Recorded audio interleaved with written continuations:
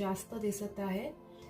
या एअर एलिमेंटमध्ये मिथुन, कुंभ आणि तुळा येते। तर ह्या राशीची तत्व तुमच्या पर्सनमध्ये जास्त प्रमाणात असू शकतात, त्यामुळे हे कार्ड्स त्यांच्यासाठी निघालेले आहेत। माझा जो व्हिडिओ पाहत आहे त्यांच्यापैकी काही लोकांच्या बाबतीत असा मेसेज येत आहे की तुमचे पर्सन हे थर्ड पार्टी सोबत एंगेज होते आणि त्या थर्ड पार्टी म्हणजेच अफेअर सिच्युएशन असे दिसून येते की त्यांचं अफेअर होतं। तर त्या थर्ड पार्टीनी तुमच्याच पर्सनला खूप वाईट असं फसवलेलं आहे, धोका दिलेला आहे आणि तुमच्या पर्सनला तिथे रिजेक्ट केलेलं आहे किंवा ते थर्ड पार्टी तुमच्या पर्सनच्या आयुष्यातून कायमची गेलेली आहे।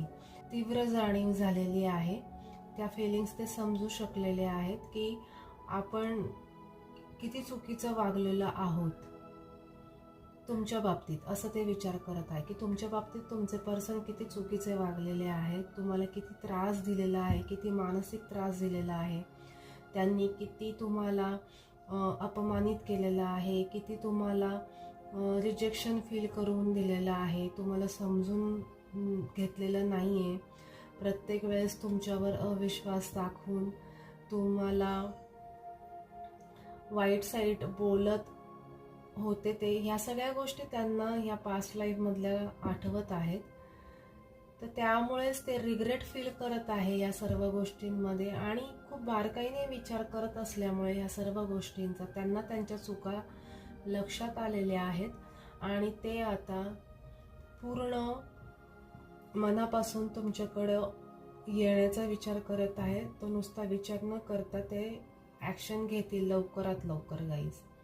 लवकरात लवकर ते तुमच्यापर्यंत पोहोचतील, तुमच्याशी बोलतील आणि त्यांना हे हवं आहे की तुम्हा दोघांचं रिलेशनशिप ही ते पुन्हा नव्याने सुरू व्हावं। बॉटम ऑफ द डेक बघूया आपण काय आहे। बॉटम ऑफ द डेक आहे नाईट ऑफ कप। तर ते खूप लवकरात लवकरच तुमच्याकडे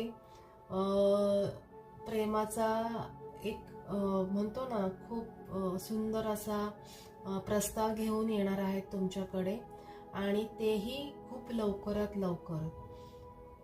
त्यांना तुमची प्रत्येक वेळेला कमी जाणवते त्यांच्या लाईफमध्ये। त्यांना हे कळून चुकलेलं आहे की तुमची जागा त्यांच्या लाईफमध्ये काय आहे।